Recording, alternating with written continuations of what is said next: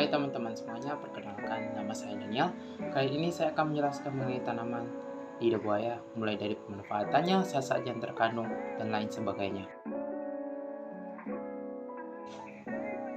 Tanaman lidah buaya atau dikenal dengan nama latinnya adalah Aloe vera L. Tanaman lidah buaya ini tergolong dalam klasifikasinya yaitu kingdom dari tanaman ini adalah Plantea, subkingdomnya adalah Tachyobionta, superdivisinya adalah Spermatobionta, divisinya adalah Magnoliobiata, kelasnya yaitu Liobicida, ordonya yaitu Asparagales, dan familinya adalah Asphodelaceae, dan genusnya adalah Aloe. Lidah buaya adalah tumbuhan asli yang berasal dari Afrika, dengan ciri daun berwarna hijau, memiliki daging yang tebal, terdapat duri pada dua sisinya, dan daunnya panjang dan lebar di bagian bawah dan mengecil pada bagian puncaknya. Daging daun lidah buaya aloe vera berlendir, di mana lidah buaya pada awalnya dijadikan sebagai tanaman hias yang dipajang di pekarangan rumah.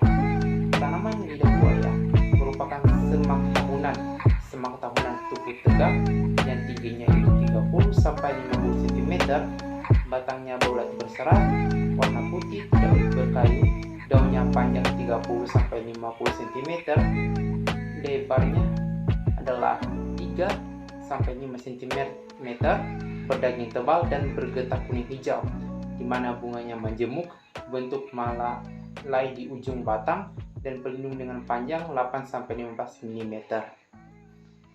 Bentuk pala ini di ujung batang, yang dimana putik menyembur keluar atau melekat pada pangkal kepala sari, dan tangkai putik berbentuk benang, kepala putik kecil, ujung tajuk melebar berwarna jingga atau merah, buahnya kotak, panjangnya 14-22 cm, berkatup, warna hijau keputih-putihan, bijinya kecil dan berwarna hitam, akarnya berbentuk serabut dan berwarna kuning. Selanjutnya adalah kandungan bahan aktif dari tanaman lidah buaya.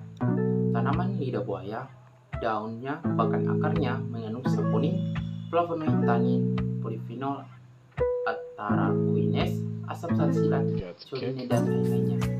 Saponin merupakan senyawa aktif yang menimbulkan busa apabila diaduk dalam air dan pada konsentrasi yang rendah, di mana seringkali mengakibatkan hemolis pada sel darah merah.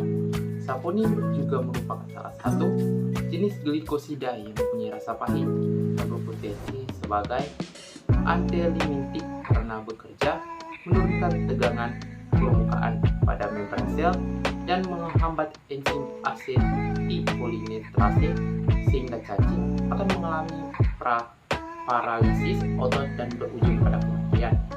Yang selanjutnya adalah flavonoid, yang dimana merupakan salah satu kandungan dalam aloe vera, di mana flavonoid dapat melakukan denaturasi protein dalam jaringan cacing dan dapat mengakibatkan degenerasi neuron pada tubuh cacing yang dapat mengakibatkan kematian pada cacing, di mana flavonoid adalah senyawa yang larut dalam air yang dapat diekstraksi dengan etanol 70% dan tetap dalam lapisan air setelah ekstrak dikocok dengan petroleum ether.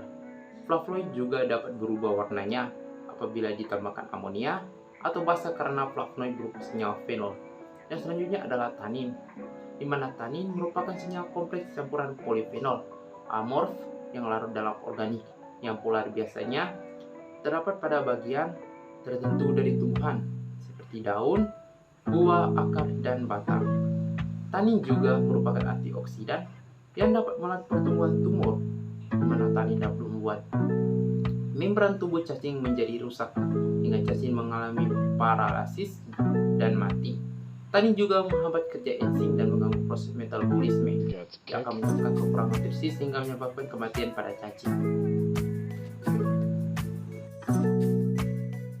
Nah, yang selanjutnya adalah pemanfaatan di bagian-bagian pada lidah buaya.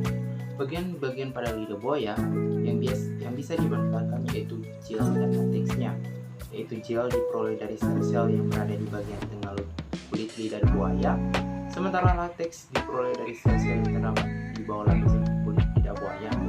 Sebagai obat, gel lidah buaya yang berwarna bening seperti gel ini sering digunakan sebagai penyembuhan utama pada salep, lotion, krim, dan sebagainya. Latex sendiri bisa diolah untuk membuat zat kering seperti suplemen. Selain diproduksi menjadi obat obatan, lidah buaya juga kerap dibutuhkan masyarakat dalam bentuk alami. Para wanita biasanya menjadikan lidah buaya sebagai teman baik dan merawat kesehatan rambut dan kulit. Yang dipercaya lidah buaya bisa membuat rambut lebih indah dan kulit menjadi lebih halus.